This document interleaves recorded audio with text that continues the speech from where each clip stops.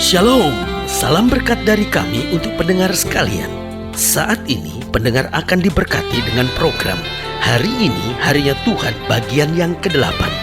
Sebuah program rohani tentang doktrin Alkitab yang menolong kita untuk semakin tertanam dalam kebenaran firman dan bertumbuh dalam kemuliaan. Bersama hambanya, Pendeta Gilbert Lumwendo, STH. Banyak orang merasa doktrin Alkitab sebagai sesuatu yang membingungkan. Tetapi tahukah saudara bahwa doktrin Alkitab intinya adalah memahami Alkitab dengan benar, dengan pemahaman yang sistematis, sehingga kita terus dapat tertanam di dalam kebenaran firman, sehingga kita terus bertumbuh di dalam kemuliaan Allah. Buka hati saudara sekalian untuk menerima berkat-berkat firman-Nya hari ini. Rasa yang paling menyenangkan buat setiap orang adalah rasa manis. Karena memang biasa secara umum orang menyukai rasa manis. Tetapi saudaraku yang kekasih dalam Tuhan, kalau kita mau jujur, sesuatu yang menyenangkan itu tidak selamanya baik. Saya ambil contoh sederhana. Anak-anak itu karena suka rasa manis biasanya suka permen, suka gula-gula, suka coklat. Tetapi nggak bisa terlalu banyak dan nggak bisa juga terlalu sering anak kita itu makan permen, gula-gula atau coklat. Karena kalau dalam jumlah yang besar dan terus menerus dia makan permen, gula-gula dan coklat, maka tidak baik buat dia. Bukan hanya buat giginya, tetapi juga buat banyak hal dalam tubuhnya. Nah, ini menggambarkan kepada kita bahwa yang menyenangkan itu tidak selamanya baik, dan yang pahit itu seringkali bukan sesuatu yang menyenangkan. Karena jarang sekali orang yang bilang saya suka pahit.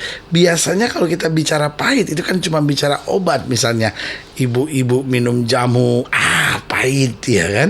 Tetapi ya demi kesehatan lah saya tetap harus minumnya gitu. Lalu ada banyak makanan-makanan tertentu yang memang rasanya pahit, atau daun-daunan tertentu yang rasanya pahit tapi tetap dimakan karena dengan alasan ya ini untuk obat sih, untuk kesehatan. Nah, kadangkala Tuhan memberikan yang manis dalam hidup kita, tapi tidak selamanya, karena Dia tidak mau kita manja. Nah, kadangkala Tuhan berikan yang pahit buat kita, tetapi saudaraku yang kasih dalam Tuhan, itu juga bukan alasan buat kita untuk bersungut-sungut.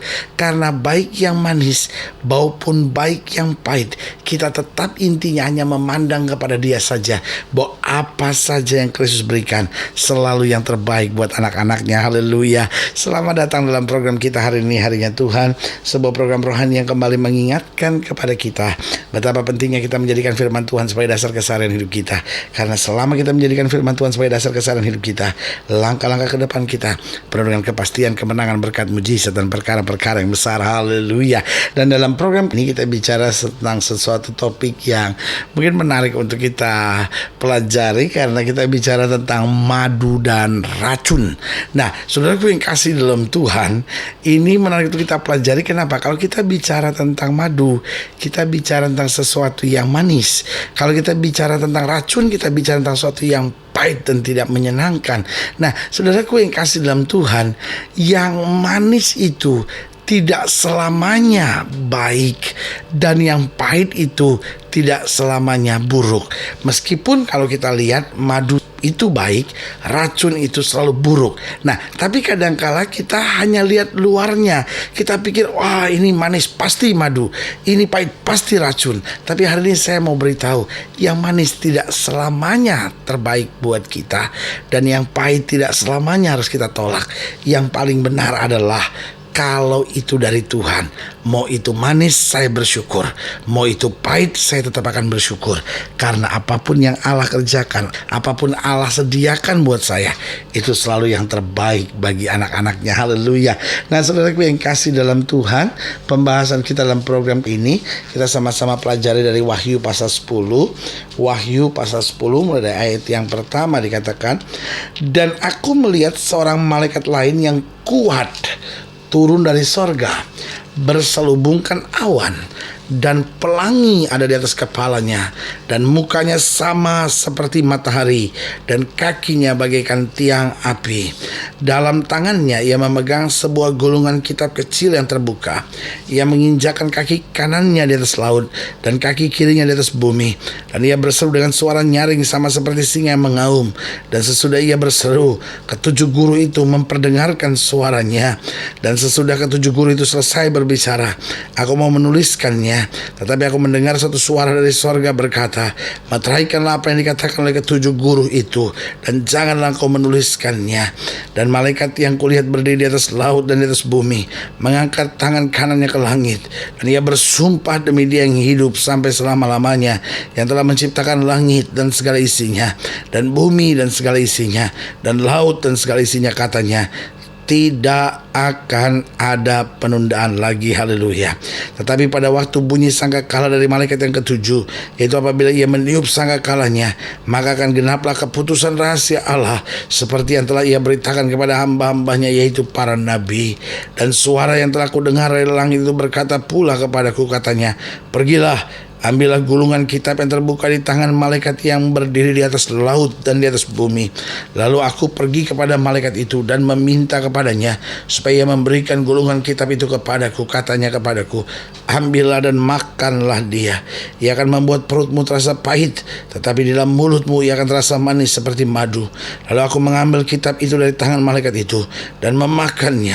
Di dalam mulutku ia terasa manis seperti madu, tetapi sesudah aku memakannya, perutku menjadi pahit rasanya. Maka ia berkata kepadaku, engkau harus bernubuat lagi kepada banyak bangsa dan kaum dan bahasa dan raja. Haleluya. Saudaraku yang kekasih dalam Tuhan, sebelum masuk pada sangkakala yang ketujuh, setelah sangkakala yang keenam, Alkitab menggambarkan kepada kita hal-hal yang dahsyat dan luar biasa ini, yang saya simpulkan dengan pernyataan sederhana. Berarti sebelum masuk pada sangkakala yang ketujuh, akan ada gerakan profetis apostolis. Apa artinya gerakan profetis apostolis? Yaitu gerakan kenabian dan kerasulan. Apa artinya kenabian dan kerasulan? Bicara tentang nabi, itu bicara tentang Allah yang berbicara kepada umat, disampaikan kepada umat, itu nabi. Tetapi rasul adalah orang yang dididik, orang yang diproses, orang yang dibentuk sehingga dia menjadi murid, sehingga dia membawa damai, dia membawa terang, dia menjadi saksi, bukan hanya bagi orang-orang tertentu saja, bukan hanya bagi kelompoknya saja, tapi dimanapun dia ditempatkan. Itulah rasul. Dan antara nabi dan rasul, hidupnya penuh dengan mujizat demi mujizat, kuasa demi kuasa mengalir. Nabi dan rasul bukan orang biasa. Nah, saudaraku yang kasih dalam Tuhan, ini yang Alkitab mau ajarkan buat kita, bahwa sebelum masuk pada sangkakala yang ketujuh, akan ada gerakan profetis apostolis, gerakan kenabian, kerasulan, di mana orang percaya tertantang untuk mendapat visi-visi Allah, kuasa-kuasa Allah, penyataan-penyataan Allah. Nah, tetapi pertanyaannya, apa tanggung jawab kita sehingga kita bisa masuk dalam gerakan profetis apostolis ini, gerakan kenabian dan kerasulan ini? Yang pertama, di sini setiap orang percaya dituntut, ditantang, yang pertama, untuk memiliki sifat keberanian. Saudaraku yang kekasih dalam Tuhan, tidak akan ada seorang nabi yang penakut. Tidak bisa seorang rasul penakut. Karena kalau nabi penakut, rasul penakut, dia pasti akan menjadi seorang pengkhianat. Alkitab bicara tentang Yudas yang kemudian menyangkal Yesus, dan kemudian menjual Yesus, dan kemudian menyerahkan Yesus ke tangan orang Farisi. Dia mulai dengan penyangkalan, karena dia mulai dalam hatinya berpikir, gak mungkin Yesus adalah Mesias. Meskipun dia tidak menyatakan seperti Petrus yang berkata, aku tidak kenal dia, tapi dalam hatinya sudah mulai ada penyangkalan. Nah, ini yang saya bilang, orang-orang yang tidak berani, ada masalah langsung bertanya, jangan-jangan Tuhan gak buat mujizat, jangan-jangan Tuhan gak bisa kerjakan perkara besar buat hidup saya, jangan-jangan semua agama sama aja lah gitu. Nah, saudaraku yang kasih dalam Tuhan, ini yang saya mau ingatkan, Kristus datang bukan untuk bawa agama, Kristus datang untuk menyatakan mujizat, untuk menyatakan kuasa, untuk menyatakan kemenangan, dan barang siapa yang percaya kepadanya akan beroleh surga. Itu berarti setiap kita harus memiliki keberanian. Kenapa Yudas sampai akhirnya menyerahkan Yesus? Setelah dalam hatinya ada penolakan, setelah dalam hatinya ada penyangkalan, lalu kemudian kemudian dia ambil tindakan-tindakan yang keliru. Kenapa? Karena ketakutannya itu. Akhirnya dia menjual Yesus dengan 30 keping perak, dan akhirnya dia menyerahkan Yesus. Saudaraku yang kasih dalam Tuhan, bicara tentang nabi, bicara tentang rasul, itu bicara tentang orang-orang yang berani. Orang-orang yang berani menghadapi tantangan, orang-orang yang berani berjalan di tengah situasi yang sukar, dan orang-orang yang berani untuk tetap menempatkan Kristus sebagai yang paling utama dalam kehidupannya. Jadi yang pertama, orang percaya tanggung jawabnya harus memiliki sifat keberanian.